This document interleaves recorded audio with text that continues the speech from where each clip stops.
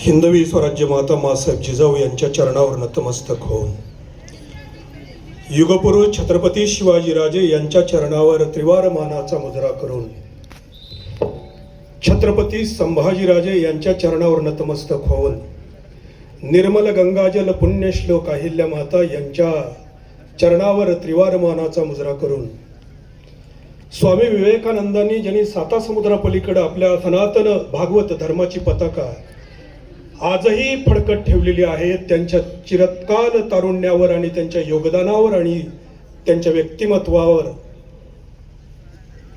पुन्हा एकदा मानाचा मुजरा करून आज मासाहेब जिजाऊंच्या आणि स्वामी विवेकानंदांच्या जयंतीच्या निमित्तानं व्यासपीठावर असणाऱ्या आणि ज्यांनी आपल्या जीवनातलं सर्वस्व या राष्ट्राला आणि समाजाला अर्पण केलं त्या माझ्या भगिनी वीरपत्नी सौभाग्यवती गौरी अशोक इंगवले त्यांच्या चरणावर शिरसाष्टांग दंडवत घेऊन अजून दोन वीरपत्नी सुवर्णाताई डोळफोडे आणि साबळेताई यांनी आपलं कुंकू राष्ट्राला अर्पण केलंय म्हणून आपल्या कपाळाला गंध लावतोय आपण.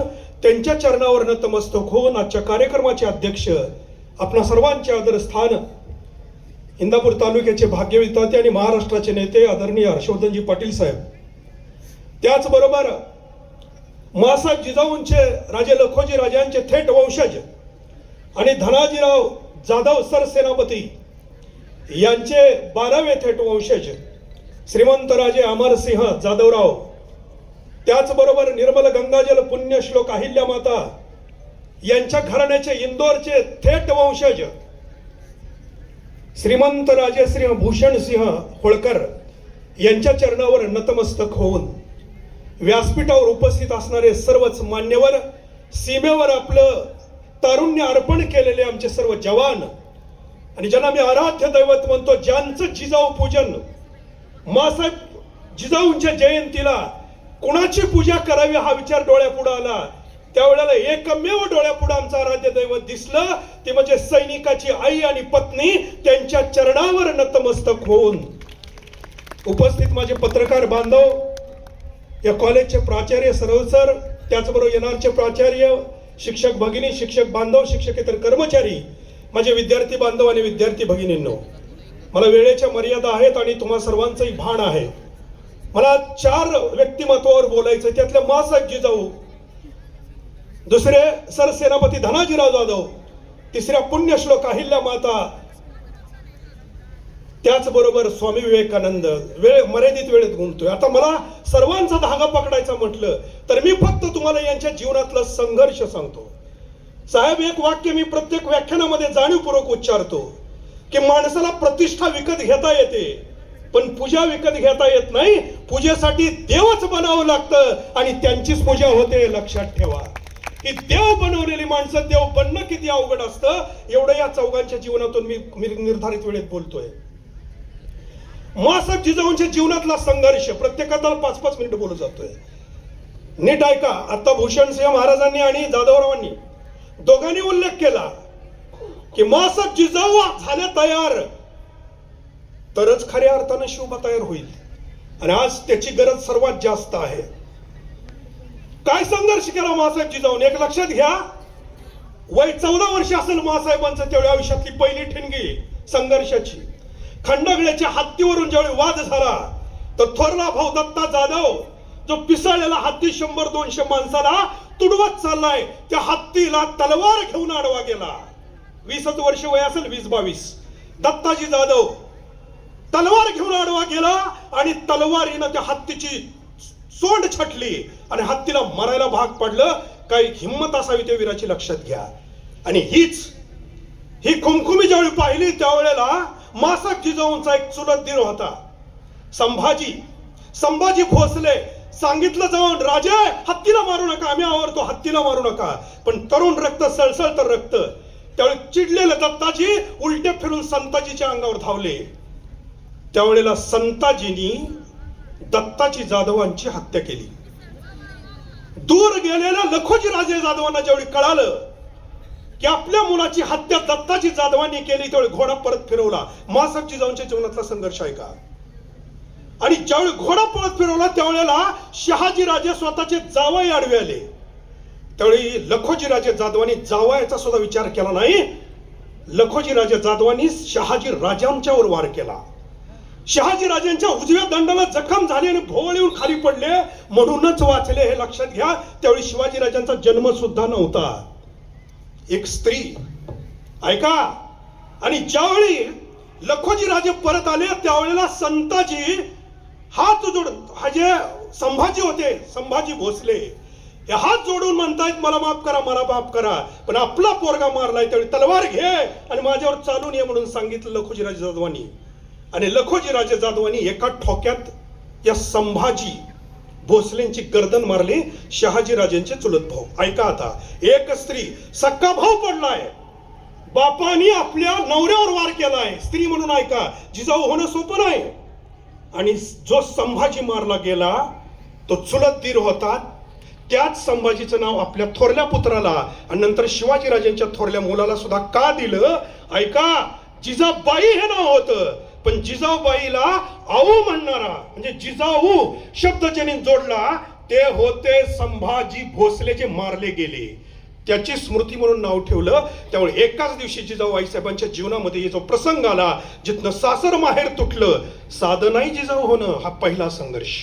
दुसरा संघर्ष, ज्या मुलाचं नाव संभाजी ठेवलं आणि आता जे व्यासपीठावर हयात उपस्थित आहेत आपल्या श्रीमंत राजे अमरसिंह जाधवराव यांचे, त्या व्यक्तीचे वंशशी आहेत.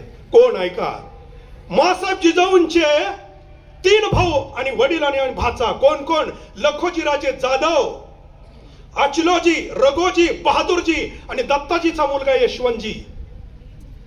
दौलताबादच्या किल्ल्यावरती रक्षाबंधनाच्या दिवशी कापले गेले. लक्षात घ्या, आपला भाऊ रक्षाबंधनाच्या दिवशी कापलं जाणं हे मासाहेब जिजाऊंच्या जीवनातलं दुःख आहे.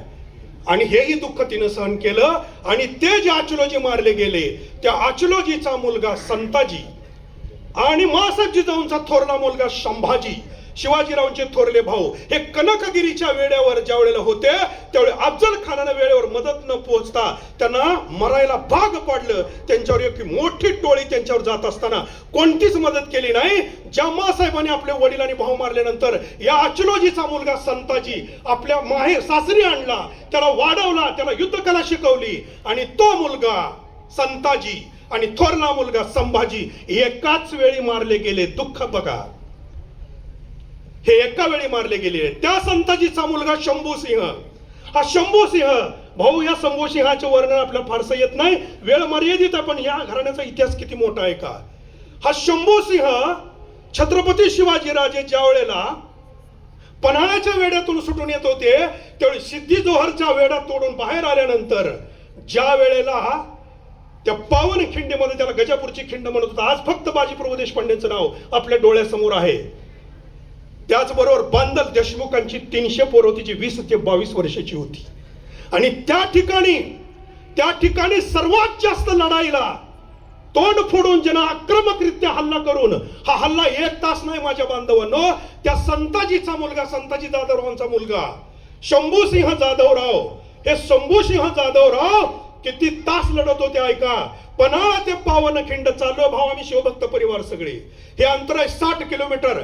हे 60 किलोमीटर अंतर 15 तासात पळून येऊन आपल्याला 2 दिवस लागतात. आज हे 15 तासात येऊन 6 तास अखंड लढाई आहे. म्हणजे 21 तास पाण्याचा घोट सुद्धा पिलेला नाहीत. त्यात शंभूसिंह जाधव मारले गेले. त्याच्यामुळं शिवाजीराजे वाचले हे विसरू नका. या घराण्याचं योगदान सामान्य नाही माझ्या बांधवांनो, योगदान सामान्य. त्या शंभूसिंहाचे पुत्र धनाजीराव हे सरसेनापती झाले आणि त्यांचे हे थेट वंशज आहेत. त्यामुळे जोरदार टाळ्या या उपस्थितीसाठी. किती मोठं योगदान आहे का पहा. दुसरं चरित्र मासाहेब जिजाऊंच्या जीवनात हे विसरू नका माझ्या बांधवांनो. शिवाजीराजांना घडवत असताना आज यायचा जमाना आहे भाऊ, मला स्वामी विवेकानंदांपर्यंत यायचंय. शिक्षक बांधवांना आणि आमचे सर्वसर या सर्वांनाच विनंती करतोय, पालकांना विनंती करतोय, मासाहेब जिजाऊंचं योगदान कोणतं आहे नीट लक्षात घ्या. शिवाजीराजेंचे वडील शहाजीराजे सरदार होते, मालोजीराजे सरदार होते, म्हणजे नोकरी करत होते. मासाहेब जिजाऊने आपल्या पुत्राला जन्मल्यानंतर 15च मिनिटात हाक मारली होती 19 फेब्रुवारी 1630 संध्याकाळी 8 वाजता रात्री शिवनेरी किल्ल्यावर. काय राजा होता का तो? सरदार पुत्र होता आणि प्रतिज्ञा केली, या पुत्राला मी गजपती, गणपती, अश्वपती, भूपती, पुरंदर चक्रवर्ती, सम्राट झालेला पाहिन. सामान्य गर्जना नव्हती, सामान्य गर्जना नव्हती. तळव्यात कितीही वाईट आली तरी आपल्या पुत्राला नोकरी करू देणार नाही, याला राजाच करणार. ही माँसाहेब जिजाऊंची देवत्वाची सर्वोच्च उंची ती प्रत्येक आईला, प्रत्येक स्त्रीला, प्रत्येक मुलीला कळाली पाहिजे. माँसाहेब जिजाऊ घडवणं म्हणजे तलवार घेऊन शिवाजी राजांना लढायला लावणे नाही. आज ज्या क्षेत्रात आहोत आपण, ज्या क्षेत्रात आहोत त्या क्षेत्रातला राजा माझा मुलगा झाला पाहिजे, माझा भाऊ झाला पाहिजे, माझा पती झाला पाहिजे. हे ज्यावेळी या महाराष्ट्रातली, भारतातली स्त्री ठरवेल त्या दिवशी आम्ही जगाचे राजे होऊ. हा माँसाहेब जिजाऊंचा संदेश आहे, हे विसरू नका. आणि यायच्या पद्धतीनं आज 4 ते 5 वर्षाच्या आत भाऊ हे सगळ्याच बिल्डिंगा नुसत्या इमारती राहतील, कारण शाळा शिल्लकच राहणार नाही. जगाची आजची दिशा आहे. आज इलॉन मस्क जगातला सर्वात श्रीमंत माणूस, ज्यानं टेक्नॉलॉजीवर आपल्या जगावर राज्य करण्याचा आर्थिक दृष्ट्या प्रयत्न करून यशस्वी झाला, तो इलॉन मस्क. ऐका, जिजाऊ घडणं, मी जिजाऊ बद्दलच बोलतोय. त्याचं जीवनचरित्र, ऑटोबायोग्राफी पाहिली त्यावेळेला त्याला ही लढण्याची ताकद कुठून आली तो सांगतो की आमच्या स्कूलिंग मेथड मध्ये, आमच्या शाळेमध्ये 3री 4थीच्या वयात सगळ्या पोरांना एकत्र सोडून फक्त मारामारी करायला लावायची, फक्त मारामारी. कुठल्याही पद्धतीचा हल्ला केला तरी चालतो, त्यात जखमी झालेला पुन्हा दवाखान्यात, हे ट्रेनिंग आहे त्यांचं. आणि दुसरं कंपल्सरी मिलिटरीचं त्यांना मिलिटरीत भरती व्हावं लागतं. याच्यामुळे राष्ट्रप्रेम आणि लढण्याची झगडण्याची ताकद त्यांच्यात निर्माण झाली. हेच पद्धत माँसाहेब जिजाऊंनी आपल्या शिवाजीराजांच्या जीवनामध्ये, संभाजीराजांच्या जीवनात घडवली. ऐका कशी घडवली, ऐका. शिवाजीराजांनी शिक्षण घेत असताना फक्त 4च वर्ष शिक्षण घेतलं, वयाचे 8 ते 12 वर्ष, आणि ते घेतलं बंगलोरला. बाप म्हणून ऐका ना आई म्हणून ऐका, इथं उपस्थित राहणाऱ्यांनी. माँसाहेब जिजाऊंनी शिवाजीराजांना जे शिक्षण दिलं 4 वर्षात, ते विषय आहेत 35. शिवभारत हा ग्रंथ जर त्या काळातला कवींद्र परमानंदांनी शिवाजीराजांच्या काळात लिहिला, त्यातलं वर्णन सांगतोय मी. 35 विषयांचं शिक्षण, त्यामध्ये वेद आहेत, पुराण आहेत, स्मृती आहेत, रामायण, महाभारत आहे, धर्मशास्त्राचं सगळंच आहे, युद्ध कला, घोडेसवारी, हत्तीवर बसणं, उंटावर बसणं, पाण्यात पोहणं, सामुद्रिका म्हणजे मुद्रा, त्याचबरोबर आकाश विज्ञान, अंतराळातलं विज्ञान, त्याबरोबर सायन्स, वैद्यकीय विज्ञान, विष उतरवणं, विष घालणं, वश करणं, जादू टोणा, कोणती विद्या नाही. आणि याला किती शिक्षक नेमले?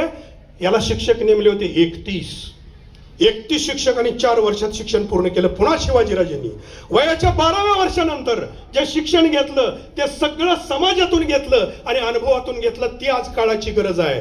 त्यामुळं आज माँसाहेब जिजाऊंच्या जयंतीच्या निमित्तानं मुलगी म्हणून, मुलगा म्हणून एक प्रतिज्ञा करा. आज शिक्षक बांधवांना मी सांगतोय की मी नोकरी करणं वाईट असं नाही म्हणत, पण आज भाऊ एमपीएससीचा रिझल्ट सांगतो, जी टॉपची नोकरी सांगितली जाते 0.08% आहे. 3 लाख पोरं बसतात आणि 450 पोरांचं सिलेक्शन आहे. उरलेली जी पोरं आहेत त्यांची अवस्था इतकी बिकट होतीये. त्यामुळं आपल्या सगळ्याच आईबापांनी ठरवलं पाहिजे शाळेत घालताना की माझा पोरगा मी नोकरीसाठी शिकवणार नाही, त्याच्याकडे जी कला आहे त्या कलेला प्राधान्य देण्यासाठी, एक्सलंट होण्यासाठी त्याला शिकवायला सुरुवात करा. ती काळाची गरज आहे. हे माँसाहेब जिजाऊंनी केलं म्हणून राजा घडले. 1 नाही 3 पिढीचे राजे. आता ऐका, सर सेनापती धनाजीराव जाधव, संताजी आणि धनाजी काळ ऐका, तुम्हाला सांगतो. शिवाजीराजांचं निधन झालेलं आहे 1680. 1689ला संभाजीराजांची निर्घुण हत्या झालेली आहे आणि त्यानंतर रायगड पडलेला आहे. राजाराम महाराजांना जिंजीला जावं लागलेलं आहे. महाराष्ट्रात राजा नाही, सत्ता नाही, काहीच नाही. आणि प्रत्येक जण वतनाला भुलला. शिवाजीराजांनी जी वतनदारी बंद केली होती, वेतनदारी सुरू केली होती, औरंगजेबाने येऊन जुन्या लोकांना वतन द्यायला लावली. त्यामुळे सगळीच लोक फितूर होऊ लागली. अशा काळात संताजी आणि धनाजीचा उदय आहे. संताजी घोरपडे, धनाजी जाधव यांनी पहिलं जर काम कुठलं केलं असेल तर त्यांनी साताऱ्याच्या जवळ, वाईच्या जवळ पहिला सर्जा खानाचा पराभव केला. सर्जा खान त्यावेळी राजाराम महाराज जिंजीला होते. आणि संताजी धनाजीच्या या पराक्रमामुळे प्रत्येक माणूस पेटून उठला. शिवाजीराजे संभाजीराजेंच्या पराक्रमापुढे राजाराम महाराज शाहू महाराज आपल्याला कळाले नाहीत. 2 मिनिटात सांगतो माझ्या बांधवांनो, ज्या संभाजीराजेंच्या हत्येनंतर राजाराम महाराजांवर जी वेळ आली त्यावेळी त्यांचं वय होतं फक्त 19. आणि राणी येसुबाई साहेबांनी ज्या वेळेला संभाजीराजांना पकडलं 42 दिवसांनी मारलं, पण संभाजीराजांना पकडल्यानंतर 5व्या दिवशी म्हणजे राजे हयात असताना राजाराम महाराजांना राज्याभिषेक केलाय. कुणी? येसुबाईंनी. दूरदृष्टी पहा यांची. कितव्या? 5व्या दिवशी. आणि राजाराम महाराजांना स्वतः आपल्या 3 राण्यांसह आपल्या रायगडावर निष्ठून जायला मदत केली स्वतः राणी येसुबाई साहेबांनी स्वतः कैद झाल्या. म्हणून आज आपल्याला हे भगवं फिगवं सगळं बघायला मिळतंय. नंतर रायगडाबरोबर हेही घर संपलं असतं. हे येसुबाईचं योगदान. आणि शाहूराजे आणि येसुबाई ज्या वेळेला पुन्हा जुल्फिकार खानानं रायगड पडला आणि कैद झाला त्यावेळेला संताजी धनाजी कळतात. संभाजीराजेंची हत्या, येसुबाई कैदेत, शाहू महाराज कैदेत. आणि संताजी आणि धनाजी, संताजी स्वतः धनाजी जाधव जिंजीपर्यंत राजाराम महाराजांना पोहोचवायला गेलेत. अंतर पहा फक्त. नाशिकचा साल्हेर मुल्हेर ते जिंजी हे अंतर आहे 2000 किलोमीटर. या अंतरात लढाया चालू आहेत, या अंतरात. आणि त्यावेळी सुखरूप धनाजीराव जाधवांनी राजाराम महाराजांना जिंजीला पोहोचवलं. जो पराक्रम आहे धनाजीराव जाधवांचा तो ऐका माझ्या बांधवांनो. त्यावेळेला त्या ठिकाणी औरंगजेबानं ज्यानं रायगड पाडला त्या जुल्फिकार खानाला जिंजीला वेढा द्यायला पाठवलं. जिंजीला वेढा पडला आणि तिथं बातमी आली की औरंगजेबच मेला. त्यामुळं तो वेढा ढिला पडला. जुल्फिकार खानाला वाटलं की आता आग्र्याला सत्तेसाठी हाणामारी होणार, आपण इथं अडकून चालणार नाही. आणि एक 3-4 महिन्याचा काळ मिळाला. त्या काळामध्ये संताजी घोरपडे आणि धनाजी जाधव या महाराष्ट्रामध्ये जेवढ्या किल्ल्यावरचे औरंगजेबाचे सरदार होते ते सडकून चोपले, यातला एकही सोडला नाही. आणि ज्या वेळेला औरंगजेबाला कळालं की एकट्या जुल्फिकार खानाला ते होणार नाही, त्यावेळेला त्यानं त्याचा वजीर म्हणजे आताचा पंतप्रधान असद खान जो जुल्फिकार खानाचा बाप होता आणि स्वतःचा मुलगा कामबक्ष मोठी फौज घेऊन त्यांनी जिंजीला पाठवलं. यांचा जिंजीला वेढा पडला. ऐका, त्यावेळी संताजी घोरपडे, धनाजी जाधव आणि नागोजी माने म्हसवडचे, अमरसिंह निंबाळकर हे 4 मातब्बर सरदार जो वेढा पडला त्या वेड्याला अन्नधान्याचा पुरवठा कमी होऊ लागला. कारण संताजी धनाजींनी रसद रोखली. आणि रसद होती वांदिवाश म्हणून एक 40 किलोमीटर जिंजी पासून एक किल्ला आहे तिथं. तर तिथं जाऊन आणणं कुणाला शक्य होईना. शेवटी जुल्फिकार खान स्वतः गेला आणि त्यानं वांदिवाशहून मदत आणली. आणि मदत आणत असताना मध्ये एक गडी होती, त्या गडीवर तो राहिला. त्या ठिकाणी संताजी घोरपडेंनी त्याला वेढा दिला. आणि धनाजी जाधवांनी असद खान जो औरंगजेबाचा वजीर होता आणि स्वतःचा मुलगा कामबक्ष या दोघांना या संताजीने वेढा दिला. आणि आतून नागोजी माने अशी लढाई सुरू झाली. आणि ती लढाई इतक्या निर्णायक क्षणाला आली की अन्न करून ही माणसं मरू लागली. संताजी धनाजीचा पराक्रम पहा. आणि एक वेळ अशी आली की या असद खानाला जो औरंगजेबाचा नातेवाईक आहे, वजीर आहे, पंतप्रधान आणि स्वतःचा मुलगा कामबक्ष या दोघांना कैद करायचं आणि जुल्फिकार खानाला खलासच करायचं हे संताजी घोरपडेंनी ठरवलं होतं. आणि जुल्फिकार खान खलास करून औरंगजेबाचा मुलगा आणि वजीर पकडायचा. आणि हे का झालंय 1693 संभाजीराजांच्या मृत्यूनंतर फक्त 5व्या वर्षी. आणि येसुबाईंना आणि शाहू महाराजांना घेऊन यायचं हे ज्या वेळेला ठरलं आणि त्यावेळेला राजाराम महाराजांनी त्यांच्याबरोबर तह केला आणि तिथून पुढचा इतिहास बदलला. मला फक्त धनाजीराव जाधव सांगवायचे आहेत माझ्या बांधवांनो. 1698ला संताजी घोरपडे आपल्या इथं कारगिलच्या घाटात माळशिरसच्या पलीकडे दुर्दैवी मृत्यू त्यांचे वंशज ज्यावेळी येतील त्यावेळी त्यांचा इतिहास सांगेल. पण 1698 ते 1708 शाहू महाराजांचा राज्याभिषेक होईपर्यंत तोपर्यंतचा काळ आहे संताजी घोरपडेंच्या मृत्यूनंतर फक्त आणि फक्त सरसेनापती धनाजीराव जाधवरावांचा, ज्यांनी दिल्लीपर्यंत आपल्या तलवारीचा धाक निर्माण केला. बदला कसा घेतला संभाजीराजांचा ऐका. ज्या वेळेला शाहू महाराजांना सोडलं 1707 ला औरंगजेब मेला आणि शाहू राजांना सोडलं. 1708 त्यांचा राज्याभिषेक झाला. शाहू महाराज आम्हाला कळाले नाहीत भाऊ. 30 ते 40 हजाराची तगडी फौज होती त्यांच्याजवळ. आणि छत्रपती घराण्यातला पहिला राजा आहे शाहू महाराज की ज्यानं उघड्यावर किल्ला बांधला. आणि किल्ले म्हणजे डोंगर सोडून साताऱ्याला राजधानी आणली. 42 वर्ष जोपर्यंत शाहू महाराज जिवंत होते तोपर्यंत एकही हल्ला, या अजिंक्यतारावर झाला नाही, ही शाहू महाराजांची ताकद होती.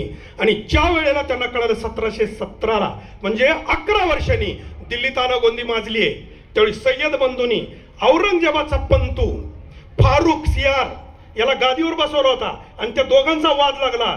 त्यावेळी शाहू महाराजांनी शंकरजी मल्हार, बाळाजी यशवंत, खंडोजी दाभाडे, खोपडे नाही, खंडोजी दाभाडे आणि थोरले बाजीराव यांना लावलं, दिल्लीला वेढा दिला. आणि दिल्लीला वेढा दिल्यानंतर ही मसलत बसली.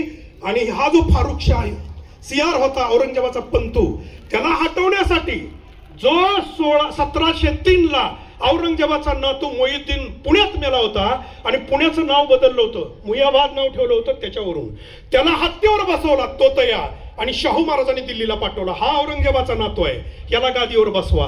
आणि त्या औरंगजेबाच्या पंतूला पकडलं, ज्याचं नाव होतं फारुख सियार, आणि त्याचे सुद्धा संभाजी महाराजाप्रमाणे डोळे फोडले आणि त्याला मारून तिथून पुढे भाऊ 1707 ते 1720, 1708 ते 1720 या कालखंडामध्ये 1717 ते 1720 या 3 वर्षात या आपल्या छत्रपती शाहू महाराजांनी दिल्लीचे 3 बादशाह बदलले. याचा अर्थ दिल्लीचेही तख्त राखतो महाराष्ट्र माझा, हे तिथून आलं, हे लक्षात ठेवा. दिल्लीच्या तख्तावर राजा कोणी करायचा हे यांनी ठरवलं. ही किमया धनाजीराव जाधवांच्या तलवारीने केली, त्यांचे वंशजित आहेत. त्याचबरोबर निर्मल गंगाजल पुण्यश्लोक अहिल्या मातेसाठी आज त्यांचे विद्यमान वंशज या ठिकाणी अतिशय सुंदर त्यांनी त्यांचं मनोगत व्यक्त केलं.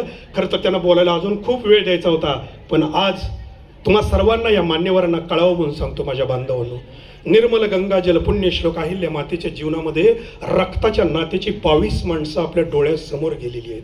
अहिल्या देवीचं चरित्र जर वाचायचं असेल माझ्या बांधवांनो, निर्मल गंगा जल हा शब्द आणि पुण्यश्लोक, अनेक राजण्या झाल्या, अनेक महामाता झाल्या, अनेक राजमात्या झाल्या, राजे, परंतु पुण्यश्लोक या भारतामध्ये नाही जगात एकच झाली, ती म्हणजे पुण्यश्लोक अहिल्या माता. हे शब्द का जोडले गेले ऐका. खंडेराव होळकर गेले त्यावेळेला वय फक्त 28-29 होतं. तिथून पुढे 44 वर्ष आयुष्य मातेला. पण खंडेराव होळकर गेल्यानंतर आपल्या पायामध्ये तिथून पुढे 42 वर्ष चप्पल घातली नाही. 42 वर्ष अंगावर एकही दागिना नाही. पांढरी मोत्याची माळ ती बी गौतमीबाई होळकर आणि सुभेदार मल्हारराव होळकरांनी दिलेली होती, तेवढीच घातली. पांढरी साडी सोडून दुसरी साडी घातली नाही. इव्हन आता हे फोटो सुद्धा चुकीचे येत आहेत महाराज. माझा अभ्यास सांगतो की काठ किंवा ज्याला पदर आणि काठ आहे अशी साडी सुद्धा अहिल्या मातेने आयुष्यात घातली नाही.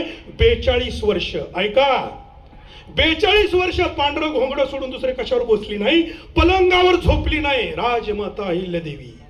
आणि काय निर्माण केलं, बद्री केदारनाथ पासून रामेश्वर पर्यंत आणि कलकत्त्यापासून मुंबई पर्यंत उभा आडवा भारत जी बांधकामं केली, ज्या अन्नछत्र उघडली, ज्या विहिरी बांधल्या, ज्या बारवा बांधल्या, हे जागतिक रेकॉर्ड ठरेल. जेवढ्या विहिरी बांधल्या तेवढ्या जगात कुठल्या पुरुषानं सुद्धा बांधल्या नाहीत आणि ते सगळं लोककल्याणार्थ बांधल्या. म्हणून पुण्यश्लोक अहिल्या माता, तिच्या जीवनातला संघर्ष एकच सांगतो, फक्त वेळ कमी आहे आणि मग थोडं 2 मिनिट मी स्वामी विवेकानंदावर बोलतो. एकच संघर्ष सांगतो किती अवघड आहे. खंडेराव होळकर ज्या वेळेला गेले कुंभेरीच्या वेड्यात गोळा लागून, त्यावेळी त्यांच्या चितेवर 7 स्त्रिया सती गेल्या आणि 2 कंचनी स्त्रिया म्हणजे नाचणाऱ्या स्त्रिया. त्या 2 नाचणाऱ्या स्त्रिया ज्या होत्या त्या मुस्लिम होत्या. एकीचं नाव होतं शबनम आणि दुसरीचं नाव होतं शकीना. उत्तर प्रदेशमध्ये 6 माशी, मध्य प्रदेशमध्ये इंदोरमध्ये यांचं जे घराणं आहे तिथं 6 माशी श्राद्ध घालण्याची पद्धत आहे. आपल्या चौंडीचे शिंदे माहेरचे सगळे त्यांच्या कार्यक्रमाला आले. आणि ज्या वेळेला तर्पण विधी चालू होता भाऊ, तर्पण विधी, त्यावेळेला खंडेराव होळकरांना तिलांजली दिली गेली. या 7 राण्या ज्या गेल्या होत्या सती, त्यांना तिलांजली दिली गेली. आणि या 2 कंचनी स्त्रिया ज्या सती गेल्या होत्या, नाचणाऱ्या होत्या, परंतु त्या सती गेल्या होत्या, त्यांना तिलांजली दिली नाही. मल्हारराव होळकर बसलेले आहेत, अहिल्या देवी बसलेले आहेत, मालेराव पूजा करतोय आणि अहिल्या देवीने वय किती असेल त्यावेळेला 29-30, अहिल्या देवीने सांगितलं ठणकावून, या 2 स्त्रियांना सुद्धा तुम्ही तिलांजली द्या. त्यावेळी पुरोहित जो पूजा करत होता तो म्हणत होता त्या हिंदू नव्हत्या, त्या मुस्लिम आहेत आणि मुस्लिमांना तर्पण द्यायचा मंत्र आपल्या विधीत नाही. त्यावेळी अहिल्यादेवीचा बाणेदारपणा पहा. अहिल्यादेवी म्हणाल्या, अरे ज्या जळून खाक झालेल्या आहेत त्यांची कसली जात पाहताय, त्यांनी त्यांचं योगदान पहा आणि जर त्यांना तिलांजली देता येत नसेल तर हा विधीच बंद करा. काय ताकद आहे. बरं त्या स्त्रिया सवती नाहीत, त्या स्त्रिया रखेल्या आहेत. त्या स्त्रियांना तिलांजली देण्यासाठी त्या अहिल्या मातेनं आपल्या नवऱ्याचा विधी रोखला आणि मल्हारराव होळकर उभा राहून सांगितलं की तुम्ही त्या सांगतायत त्याप्रमाणे विधी करा. असा सासरा सुद्धा जीवनात असावा लागतो. त्यावेळेला पुण्यश्लोक अहिल्या माता घडतात. मला राजे यशवंतरावांच्या विषयी बोलायचं होतं पण ऊन कमी ताईनं माझ्या पेपरला जायचंय, ज्यांचा आज तुम्हाला या ठिकाणी साहेब स्वामी विवेकानंदावर शेवटची 5 मिनिटं बोलण्यापूर्वी मुद्दाम सांगतो, दोन्ही राजे व्यासपीठावर आहेत आणि महाराष्ट्राची 2 क्षत्रियाची तगडी दैवत आहेत हे विसरू नका माझ्या बांधवांनो. यांनी जी परंपरा जपण्याचं काम केलंय, पुढच्या पिढीला आपल्या घराण्याचा वारसा द्यायचं जे काम केलं आहे ते काम तुम्हाला पुढच्या 100 वर्षामध्ये तरुण आणि तरुणीमध्ये दिसल्याशिवाय राहणार नाही. ही खऱ्या अर्थाने यांच्या उपस्थितीची किंमत आहे, हे लक्षात ठेवा. जिजाऊ जयंती 12 वर्षापूर्वी हर्षवर्धन पाटील साहेबांच्या नेतृत्वाखाली 5000 लोक शिवाजीराजांच्या काळानंतर पहिल्यांदाच राजगडावर साजरी केली. 5000 लोक एका वेळेला शिवकाळ सोडून पहिल्यांदा इंदापूर तालुक्यातनं राजगडावर गेली आणि त्या ठिकाणी जयंती साजरी केली. त्यानंतर इथं आल्यानंतर बघा तुम्ही, इथं आमच्या आज मिरवणुका नाहीत, कुठली फोटोची पूजन आहे, मूर्तीचं पूजन प्रतीक म्हणून करतोय. पण आज महाराष्ट्रातली शिवबाची आई मासाहेब जिजाऊ जर कोण असेल तर जिनं आपला पुत्र सीमेवर उभा केला. आज जिजाऊ आई साहेब कोण असेल तर जिनं आपलं कुंकू आणि मंगळसूत्र सीमेवर डावावर मांडलं. तिची पूजा करणं ह्या इंदापूरच्या या ऐतिहासिक भूमीत पहिल्यांदा सुरू झालं आणि अख्ख्या भारतानं त्याची कॉपी केली.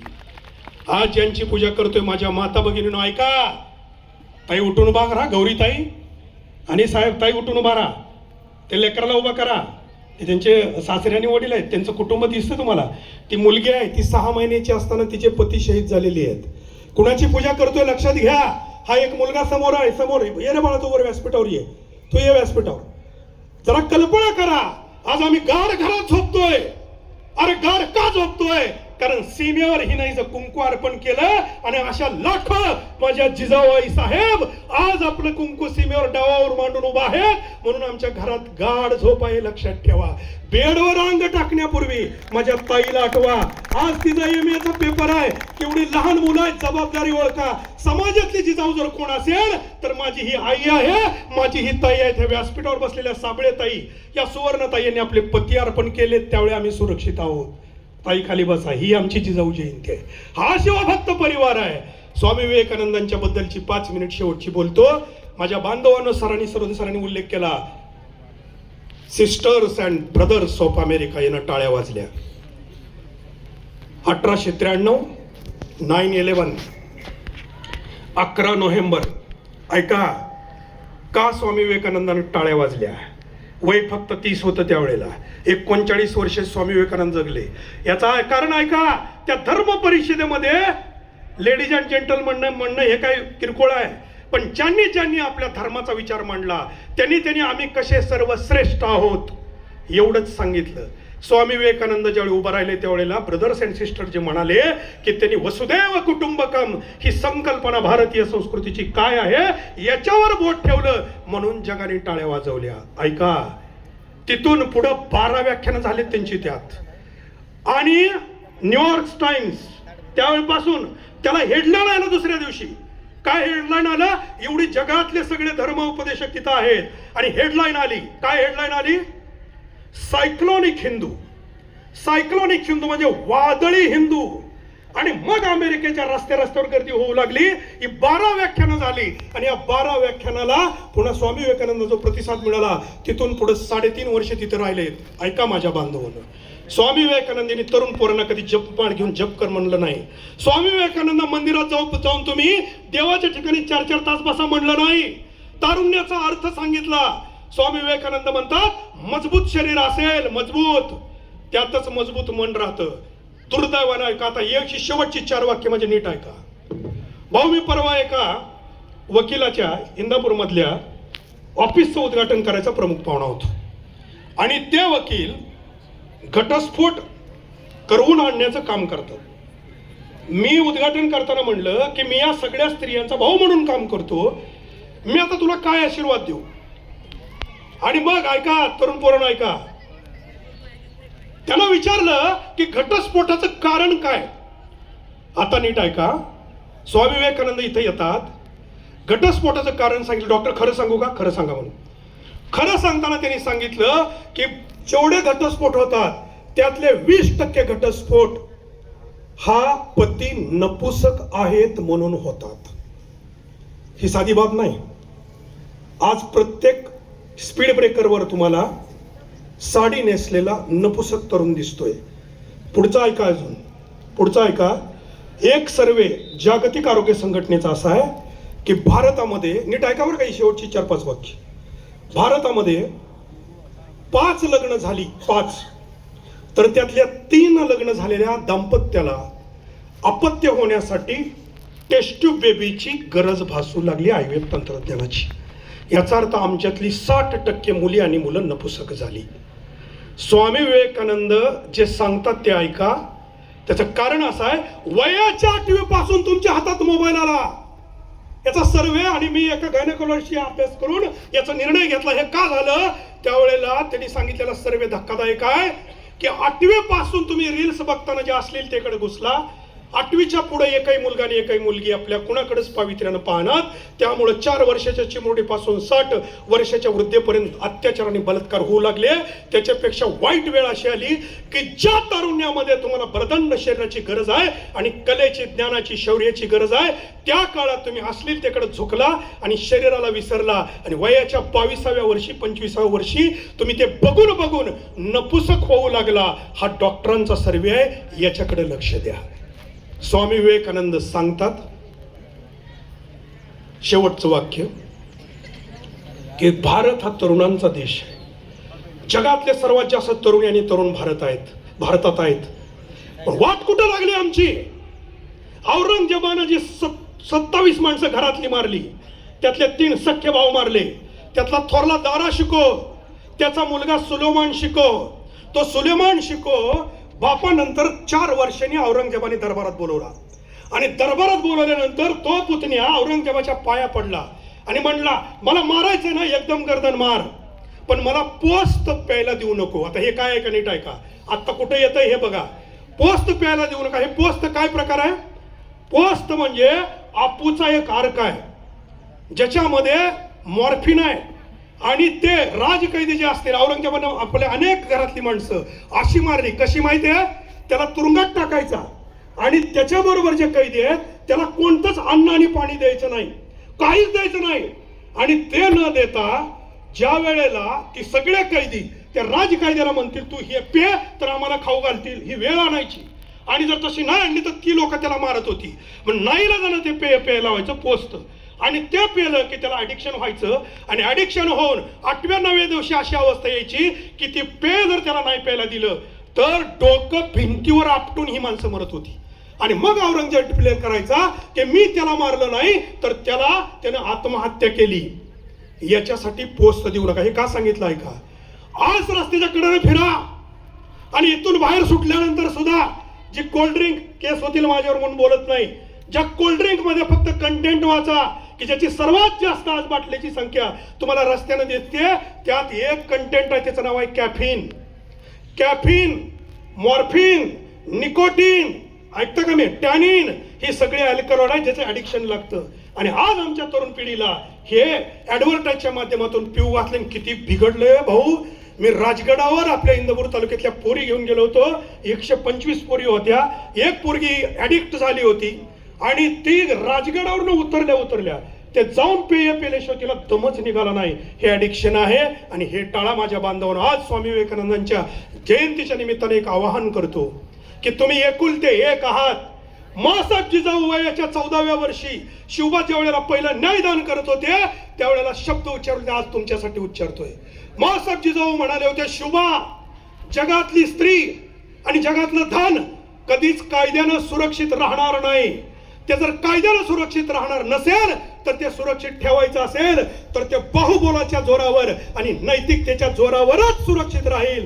हे त्रिकालाबाधित सत्य आहे. त्यामुळे आपण एकच जर असं आई वडिलाच्या पोटी तर आंघोळ करून आरशापुढे उभं राहिल्यानंतर स्वतःला एक प्रश्न विचारा की माझ्या बाहुबलाच्या जोरावर माझी बहीण सुरक्षित आहे का, माझ्या बाहुबलाच्या जोरावर माझी आई सुरक्षित आहे का, आणि माझ्या बाहुबलाच्या जोरावर माझी पत्नी सुरक्षित आहे का. जर नसेल तर शुभाच्या या महाराष्ट्रामध्ये मावळा म्हणून जन्म घ्यायला आपल्याला अधिकारच उरत नाही. त्यामुळे आज विनंती करतो, एक असाल तर छत्रपती शिवाजीराजांसारखं मासाहेबांनी जसं घडवलं तो वृत्तीचा वारकरी आणि कृतीचा धारकरी बनवा. हीच मासाहेबांना खरी मानवंदना ठरेल. झालेल्या चिंतन सेवेमध्ये या ठिकाणी सर्वजण तुम्ही उपस्थित राहिला, या उन्हात बसला, 4 शब्द ऐकून घेतले. माझं आराध्य दैवत ज्या माझ्या सैनिकांच्या पत्नी माझ्या जिजाऊ साईसाहेब आहेत त्यांच्या चरणावर, जवानांच्या चरणावर, वीरमाता आणि वीरपत्नींच्या चरणावर, आणि तुम्हाला सर्व उद्याच्या भारताच्या भविष्याच्या चरणावर आणि गुरुजनांच्या चरणावर माझं वाक्पुष्प अर्पण करतो आणि सेवेला पूर्ण विराम देतो. जय हिंद, जय महाराष्ट्र.